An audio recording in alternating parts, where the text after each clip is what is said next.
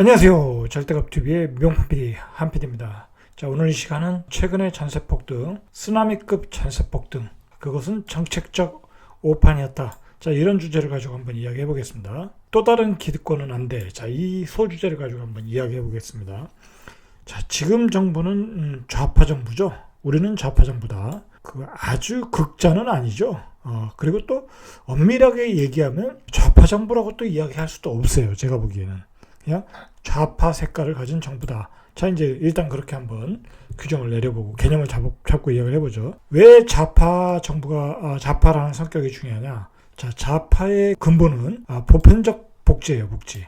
무상급식, 무상교육, 무상교보, 문재인 케어, 건강보험이라든지 여러 가지 그 복지 시스템, 그리고 노인들, 어르신들 또 그 복지도 좋아졌고, 복지가 좋아졌다는 건 바람직한 현상이다.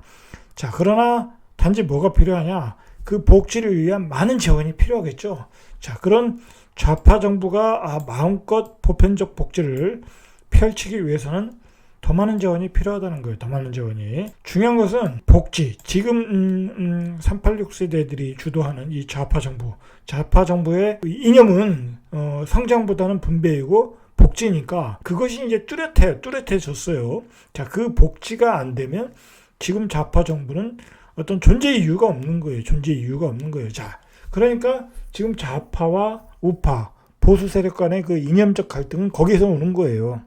자, 우리의 재원은, 우리의 그 예산은 별로 없는데, 많지 않은데, 자, 그걸 복지에 다 쏟아부으면 안 된다. 자, 그런 게 이제 보수의 이야기고, 이제는 성장할 만큼 성장했으니까 국민들이 이제 분배를 해서 보편적 복지를 누려야 된다. 자, 그게 어떤 좌파 정책의 이념이에요. 자, 이제 어디서 그런 많은 재원들이 이 돈이 나올 것인가? 우리가 또 고민을 해야 돼요. 우리 사회는 세계 경제도 그렇고, 자, 우리 경제도 세계로 수출로 먹고 사는 경제이니까 세계도 고도 성장기를 이제 지났어요. 이제 유럽 같은 데 이제 마이너스로 가고 하니까. 자, 미국도 이제 부채국가, 세계 제1위의 부채국가이고, 이 소비가 줄고 고도 성장이 안 된다. 자, 우리도 수출이 줄면, 기업들이 법인세를 많이 못 내겠죠. 자, 그렇다 보면 복지를 위한 세금을 거둘 방편이 없는 거예요. 자, 이 좌파 정부가 앞으로도 정권을 잡으려면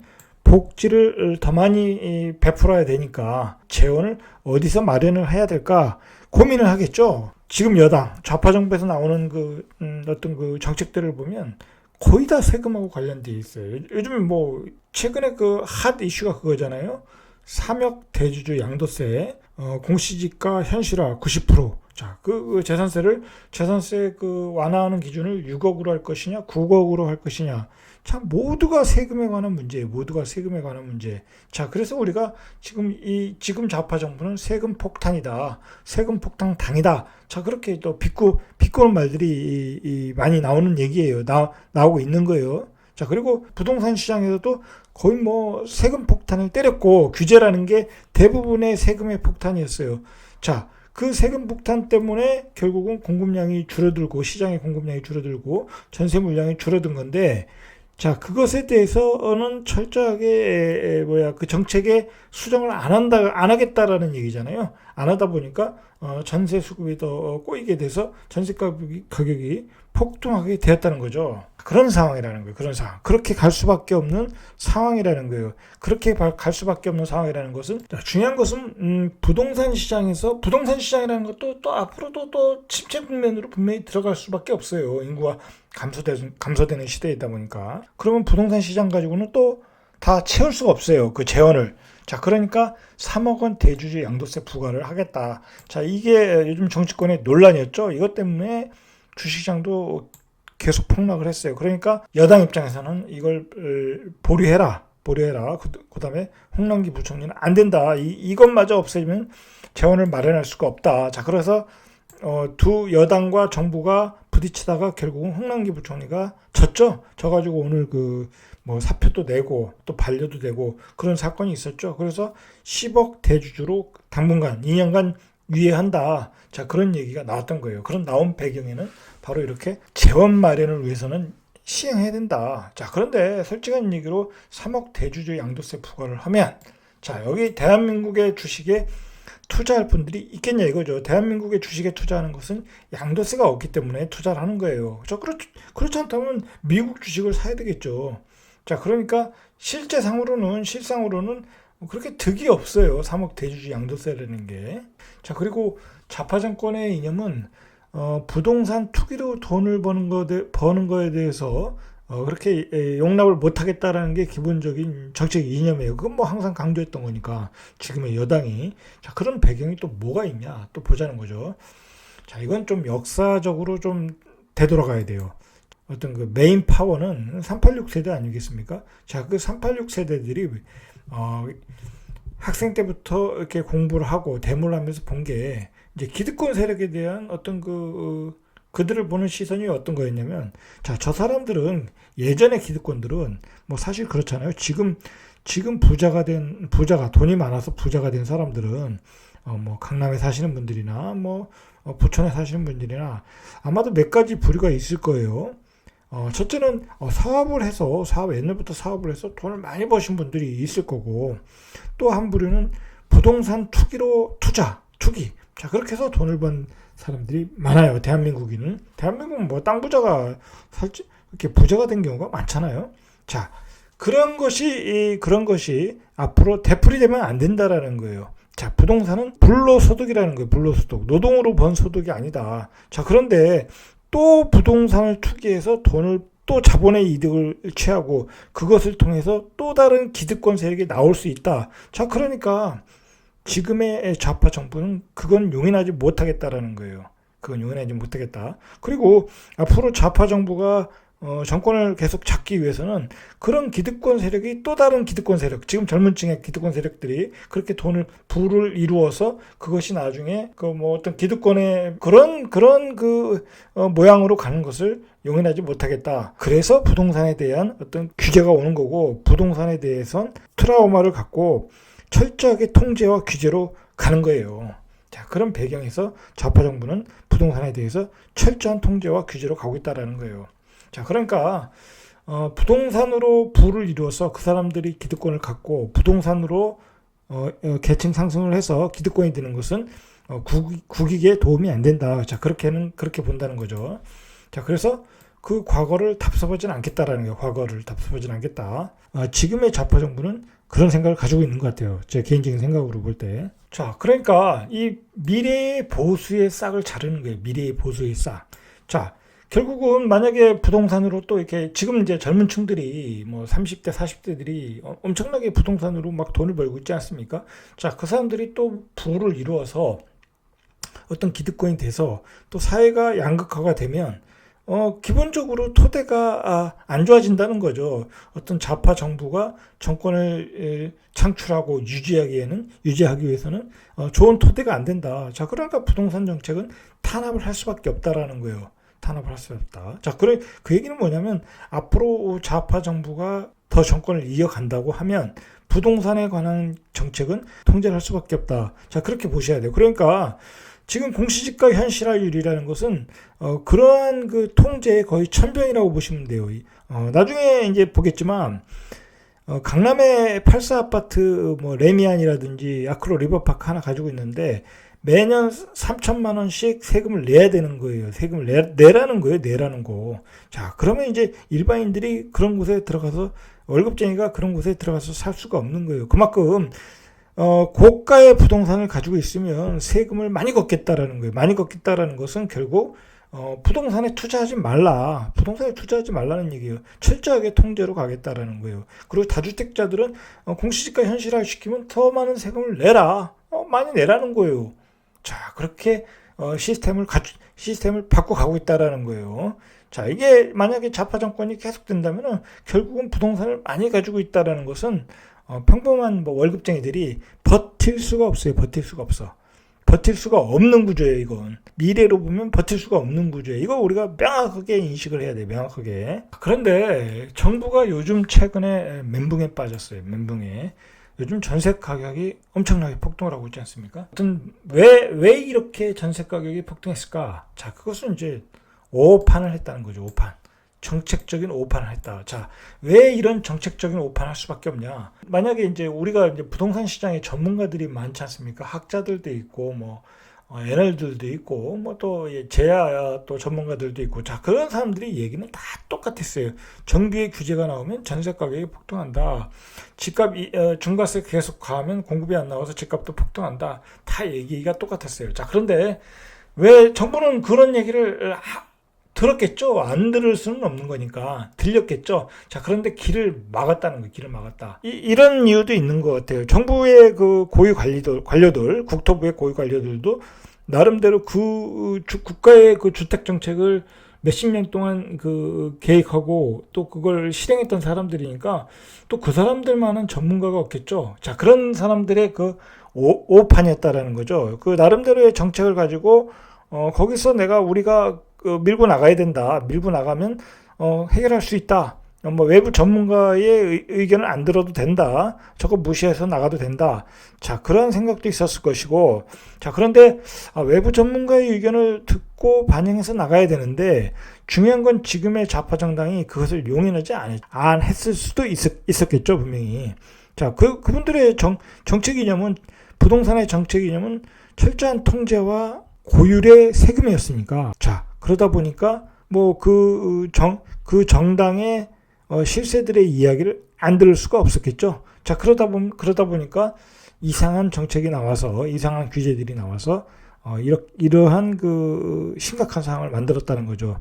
그러니까 오판이 나왔다는 거죠. 자, 그 오판에 이 어떤 규제들, 중요한 정책들이 바로 임대차 보호 3법, 그리고 전매 제한 금지, 분양가 상한제, 토지거래 허가제, 뭐 말할 필요가 없는 거죠.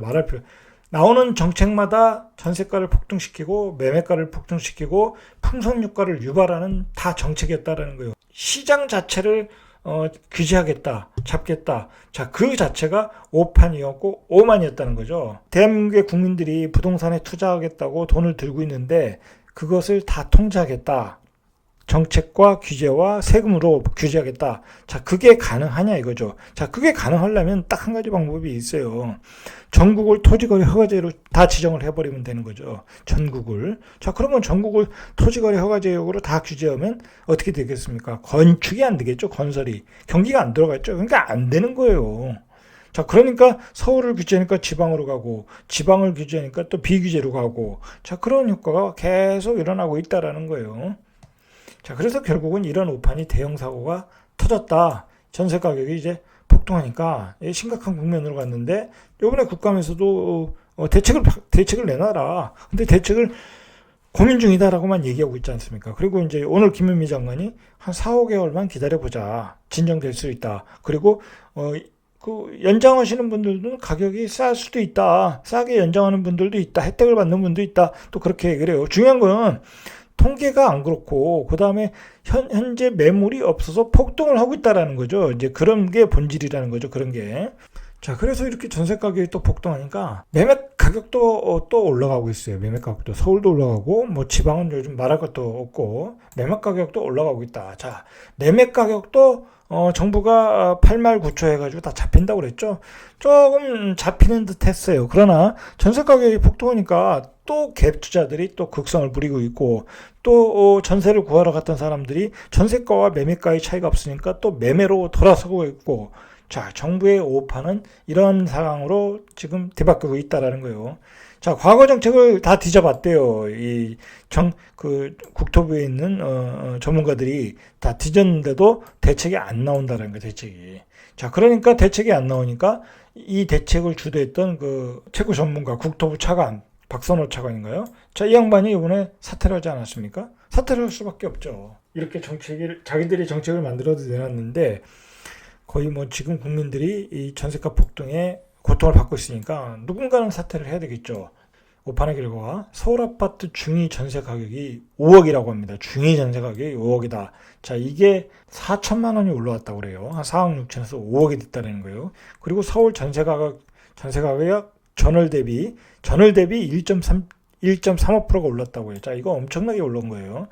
전국의 0.85, 서울과 전국이 전부 전세 가격이 폭등했다는 거예요. 그리고 서울 전세 가격 전망 지수가 100이 넘으면 이게 이제 가격이 올라가는 건데 141이라고 그래요. 141. 자, 그리고 전라북도는 이게 뭐 전세난이 있는 도시가 아니죠. 이거 자, 이런 지역도 111이라고 그래요. 111. 그만큼 서울과 지방 전부 다 전세 가격 전망 지수가 높게 나오고 있다라는 거예요. 자, 전세가율 3개월 연속 상승했는데 서울 아파트가 지금 54%, 전국 아파트는 거의 70%가 나오고 있다고 그래요. 전국 70%가 나오니까 갭 투자들이 또 나오고 있다라는 거죠. 자, 오판의 결과가 결국은 매물 절벽으로 만들었고 매매 수요가 다시 촉발했고 뭐 대전이나 울산 같은 데는 전세 가격이 지금 억대로 뛰고 있고 자, 그리고 시중의 매물도 크게 줄고 있다고 그래요. 전라북도의 경우에는 한 71% 정도의 매물이 줄었고 세종의 경우는 한 65%, 대구는 한 60%, 충남은 60%, 경기도 58.9%, 대략 60%에서 70% 정도 매물이 줄어들었다. 심각한 상황이죠. 자, 그리고 4분위 상위 20%, 40% 아파트 전세 평균이 6억 한 2천 정도, 6억 2천 정도 있어야 상위 20%에서 40%의 아파트의 전세를 구할 수 있다고 그래요. 근데 사실 그 웬만한 서민이 6억에 전세 산다는 게 쉽지가 않아요. 6억이면 자기 돈 뭐 한 2억을 가지고 있어도 4억에 대한 융자니까 거의 100만 원 이상 월세를 이자를 내야 되는 거예요. 100만 원 월세를. 그러니까 자, 그래서 그 10월 넷째 주 서울 아파트 매매 수급 지수가 97.6이 됐다고 그래요. 이게 매매 수급 지수도 오르고 있다라는 거예요. 그러니까 지금 자꾸 매매 가격을 자극하고 있다라는 거예요. 전세 가격의 폭등이. 자, 정부가 부동산을 통제하는 이유는 공평한 사회를 만들겠다고 그래요. 자, 공평한 사회. 좋죠. 공평한 사회. 자, 그런데 최근에 국감에서 나온 자료를 보니까 상위 1%가 전체 이자의 배당 소득. 자, 상위 1%가 은행에서 받는 배당 소득이 한 34조, 거의 35조라고 그래요. 자, 그런데 이게 35조라는 돈이 61%라고요. 전 국민이 이자 받는 돈의 61%다. 그러니까 상위 1%가 61%의 이자 소득을 받고 있다라는 거예요. 자, 자, 그리고 전체 이자 배당 소득에서 상위 10%가 소득이 차지하는 비중이 93%라는 거예요. 자, 이 앞에 거는 그렇다 치고, 자, 상위 10%가 전체 93%의 소득을 가져간다. 자, 그러니까 이 사회는 절대 공평하지 않다라는 거예요. 자, 그러면 이자 배당 소득이라는 게 뭐예요? 그 현금을 넣어놓고 그냥 받는 거잖아요. 주식을 넣어놓고 받는 거잖아요. 자, 그러니까 절대 공평하지가 않아요. 공평하지가 않다. 하위 50%의 이자 배당 소득은 600억 정도. 자, 1위가 34조예요. 근데 하위 50%의 배당 소득이 600억이면 전체 소득의 0.2%라고 그래요.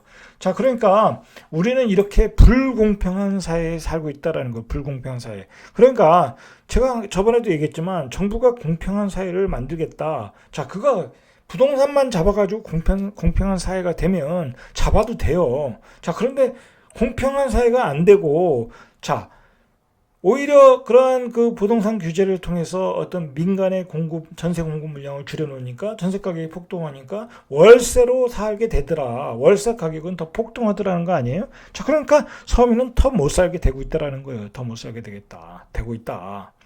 자, 그러면 이런 시장에도 과세를 더 때리라 이거예요. 더 때려라. 자, 그러면 공평한 사회가 되겠죠. 주식에도 더 때리고, 이런 이자 소득에도 더 때리고, 그렇게 전체적으로 밸런스를 때려가면서 공평한 사회를 만들어야지. 부동산에만 드립다 그냥 규제를 해서 그걸 통해서 세금을 다 마련하겠다. 아, 이거 공평한 사회가 안 되는 거예요. 그것은 다 세금 전가가 서민들에게 다 전가가 되는 거예요. 예를 들어서 2025년에 그 공시지가 현실화해가지고 강남의 아파트들이 어떻게 되겠습니까? 그럼 세금을 3, 4천씩 내는데 그 사람들이 어떻게 하겠습니까? 다 전세를 월세를 돌리겠죠. 그러면 강남에 사는 사람들은 지금의 월세의 2배의 가격을 내고 살아야 되는 거예요. 그러면 결국 세금은 그 중산층에게 다 전가가 되는 거다. 자, 결국 그렇게 되는 거예요. 자, 이렇게 오판을 했는데 그러면 수습이 되겠냐? 자, 현재로는 수습이 안 돼요. 자, 이러한 그 오판은 그 전문가 집단의 의견보다는 어떤 좌파 정권의 정책 방향으로 결정이 된 거다. 김현미 장관이 국토교통위원회 전체 회의에서 1989년에 임대차 의무계약을 1년에서 2년으로 늘릴 때, 이때 이제 1년에서 2년으로 늘릴 때가 있었죠. 자, 이때 4, 5개월 정도 혼란기가 있었다. 자, 그러니까 4, 5개월 뒤에는 전세 가격이 안정이 될 것이다. 자, 그렇게 혼자만 예상을 하고 있는 거, 혼자만. 지금 전문가들은 뭐라고 하냐면 내년에도 폭등한다. 내년에는 더 폭등한다. 왜냐면 서울하고 수도권에 전세 물량이 없고 지방도 마찬가지고 공급 물량이 없고. 자, 그렇게 다 그렇게 생각하는데 장관님만 이제 이렇게 생각하는 것 같아요. 자, 그때도 그랬어요. 임대차 보호 3법 처음에 나오고 710 대책, 812 대책인가요? 그때 나올 때도 8말 9초가 되면 집값이 안정될 것이다. 근데 안정이 안 됐잖아요. 그럼 4, 5개월 뒤에, 자, 그러면 내년 올해 말이나 내년 초에는 안정이 돼야 되는데 안정이 될까? 이제 그게 문제겠죠.